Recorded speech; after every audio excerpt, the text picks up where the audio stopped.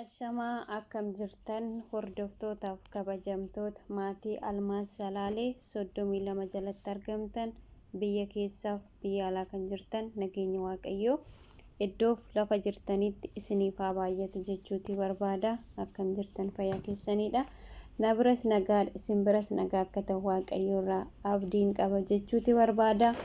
Chaanaala kootirraa guyyaata muraasaaf irraa dhamamee tanan jira. Har'a garuu walitti deebineeti jira. Obboleewwan koo biyya keessas biyya alaas teechanii laayikii sheerii gochuu warroonni jajjabeessitan hundumti keessanuu galatooma. Ammallee laayik sheer gochuu hin dagatina.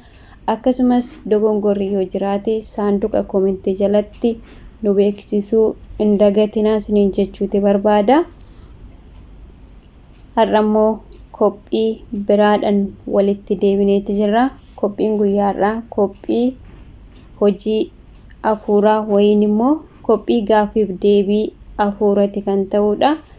Sababa macaafa eebbaa sababeeffachuudhaan nuti obboleewwan keenya qophii gaafiif deebii kan qopheessine asumaan gara qophii gaafiif deebii keenyatti isin dabarsaa.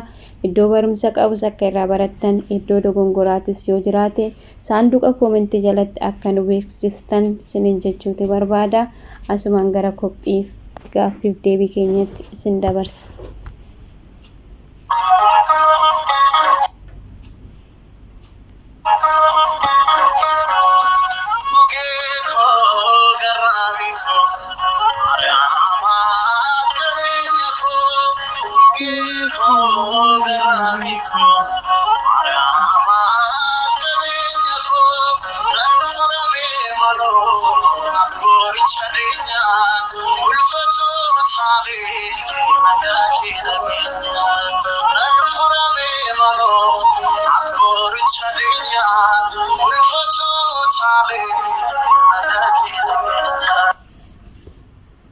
Abbaa kan ilmaa kan hafuura qulqulluu waaqa tokko ameen. Nageenyi fi araarsummaan haala keenya qulqulleetti darbee maaramsinii haa baay'atu. Miseensi waldaa keenyaa akkasumas keessummoonni keenya maqaa waaqayyoodhaan nagaa waaqayyoon isin gaafadha. Akkam turtan akkam isaa kana geessan ameen. Waaqayyo abbaan keenya eegisaatii kanaan kan nu ga'eef galannii ulfinni isaaf haa ta'u. Akkasumallee eebba macaafaa baga itti isin ga'e bakka walumaan isin ga'e obboleewwan keenya biyya keessas ta'ee biyya alaa teessanii yaadaniinis ta'ee maallaqaanis ta'ee garuma kamiin iyyuu haga macaafni kun maxxanfamee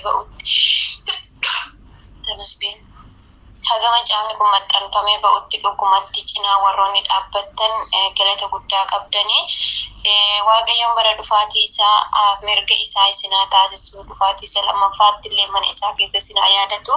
Dhugumatti ani jecha hin qabu dhugaa dubbachuudhaaf kun seena hin banneedha. Seenan isin lafa dhaabdanii jirtanii. Kanumaa olitti immoo nama hojii afuuraa irratti hirmaatu waaqayyoon nu haa taasisu. Akka fedhaa keenya waaqayyooliin macaafa eebba kanaa sababeeffachuudhaan obboleen keessan dadhabdootaaf cubbamtoota kan ta'ane qophii afuuraa haga xumura qophii keenyalleen akka nu faana turtan maqaa waaqayyoodhaan isin gaafachaati. Qophiin keenyas gaafiif deebiidha. Hirmaattonni gaafiif deebii kanaa loomii walatta maariyaamii fi akkasumallee obboleettiin dadhabduu cubbamtuu kan taate walatta maariyaam ta'uudhaan asumaan gara qophii gaafiif deebii keessatti dabarsinan faana turtii gaarii. Gaafatamtu marsaa tokkoffaa loomii walatta maariyaam akka gaafatamteen deebisii jedhama. Gaafin kee tokkoffaan soomiin yeroo jalqabaatiif eenyurraa eegalee jedha. Gaafin kee inni lammaffaan waaqayyo gooftaan addaa maal jedhee abboomee jedha. Gaafin kee inni sadaffaan zewaradii jechuun maal jechuudha jedha. Gaafin kee arfaffaan waaqayyo gooftaan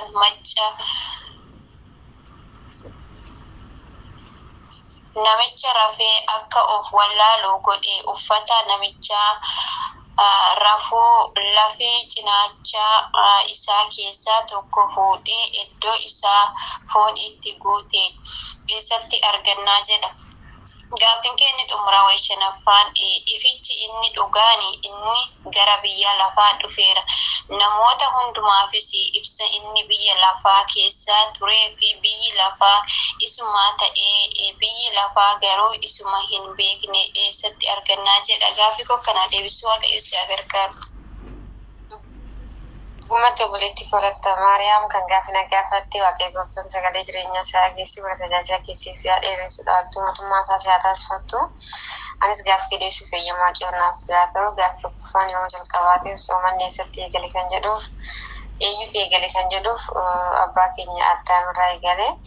Gaaffii koo kanatti lammaffaan gooftaan keenya Addaam maal jedhee abboome kan jedhuuf muka hundarraa nyaadhu garuu muka firii qabdu kana irraa hin nyaatin jedheen kanas kan argame seera uumamaa boqonnaa 2:17 irratti. Gaaffii koo kanatti aanu soorata jechuun maal jechuudha kan jedhuuf gooftaan keenya gadi bu'e jechuudha. Arfaffaan Waaqayyo gooftaan namicha rafee akka of wallaalu godhe osoo namichi rafuu lafee cinaacha isaa keessa tokko fudhatee iddoo isa duraatti foon guute jedha. Jecha kana eessarratti arganna jedha. Jecha kana kan argannu seera uumamaa boqonnaa 2:21 irratti. Gaaffii koo kanatti aanu gaaffii shanaffaan ifichi inni dhugaa inni garuu biyya lafaa dhufe namoonni hundinuu ni ifa inni biyya lafaa keessa ture biyyi lafaa isumaa ta'e biyyi lafaa garuu isa hin beekne jedha. Jecha kana eessarratti kan argana kan jedhuuf deebinsaa wangeela Yohaannis boqonnaa 1:9 Waaqayyoon sagalee jireenyaa isaa geessuuf deetti gaafata. Dhugaatti obboleettii koo Walatta Maariyaam gaaffii hafuuraa kanas si gaafadhee haala gaariidhaan naa deebisteetii jirta. Waaqayyo sagalee jireenya si haa dhageessisu. Gaafatamtuu marsaa lammaffaa obboleettii keenya Caalii Walatta Maariyaam gaaffiin kee gaaffii ja'affaa nuyi namaaf abboomamuu irra Waaqayyoof abboomamuu nuuf fayya jedha. Jecha kana eessarratti arganna jedha. Gaaffii kee kan itti aanu nama jaalachuu keessan jaalala dhugaa haa ta'u waan hamaa jibbaa wanta gaarii ta'e qabamaa jiraadha jedha. Jecha kana caqasa irratti argannadha. Kan itti aanu gaaffii 8ffaan dhiirri rifeensa mataa isaa dheereffachuun isaaf salphinaadha jedha. Jecha kana caqasa irratti arganna. Gaaffii kee kan itti aanu gaaffii 9ffaa kanaafis yaa obboloota koo ani garuu yaada gammachuu koo fi gonfoo ulfina koo michoota koos gooftaan jabaadhaan dhaabbadhaa jedha. Jecha kana caqasa irratti arganna. Gaaffii kee kan itti aanu gaaffii dhumaa ayyaanni gooftaan Yesuus Kiristoos hunduma keessan wajjin haa ta'u jedha. Caqasa kana eessarratti arganna. Waaqayyoon si haa gargaaru. Dhugumatti obboleettii koo gaaffii hafuuraa kan na gaafatteef Waaqayyo sagalee jireenyaa si haa dhageessisu. Gaaffii kee deebisuuf fedhaa fi eeyyama Waaqayyo naaf haa ta'u. Gaaffii kee inni ja'affaan nuti namaaf abboomamuu irra Waaqayyoodhaaf abboomamuu nu irra jira. Eessarratti arganna kan jetteef deebiin isaa Phexrosii ergamoota Waaqayyooti. Kanas kan argannu hojii ergamootaa boqonnaa 5:29 irratti arganna. Gaaffii kee inni torbaffaan nama jaalachuu keessan jaalala dhugaa haa ta'u waan hamaa jibbaa wanti gaarii ta'ee fi qabamaa jiraadha. Eessatti arganna kan jedhuuf deebiin isaa Roomee boqonnaa 12:9 irratti arganna. Gaaffiin inni salgaffaan dhiirri rifeensa mataa isaa dheereffachuun isaaf salphinaadha. Eessarratti arganna kan jedhuuf deebiin isaa 1 Qorontos boqonnaa 11:14 irratti arganna. Gaaffii kee inni attaanuu salgaffaan kanaafis yaa obboloota koo jaalatamtootaa ani garuu yaada gammachuu koo gonfoo ulfina koo michoota kootiif gooftaa jabaadhaa dhaabbadhaa. Eessarratti arganna kan jedhuuf deebiin isaa Filiphiyoosi boqonnaa 4:1 irratti arganna. Gaaffiin inni kurnaffaa wayinni xumuraan ayyaanni gooftaa keenya Yesuus Kiristoos hunduma keessa wajjin haa ta'u. Eessarratti arganna kan jedhuuf deebiin isaa 2 Tesaloniqeel boqonnaa 3:18 irratti arganna. Dhugumatti obboleettii koo Waaqayyo sagalee jireenya si haa dhageessisu. Dhugumatti obboleettii keenya Caalii Walatta Maariyaam gaaffii gaafatte hundumaa haala gaariidhaan deebistee jirta. Waaqayyo gooftaan sagalee jireenya si haa dhageessisu bara tajaajila keessi haa dheeressu. Qophiin gaaffiif deebii keenyaas warra xumuramee jira. Akka qophii biraa walitti deebinutti turte gaarii.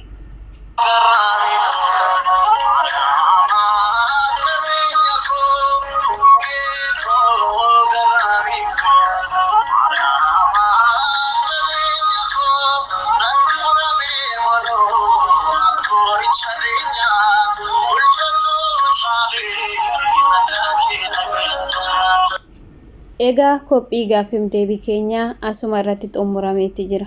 Iddoo dogongora yoo jiraate saanduqa koomentii jalatti nu beeksisuu hin dagatina.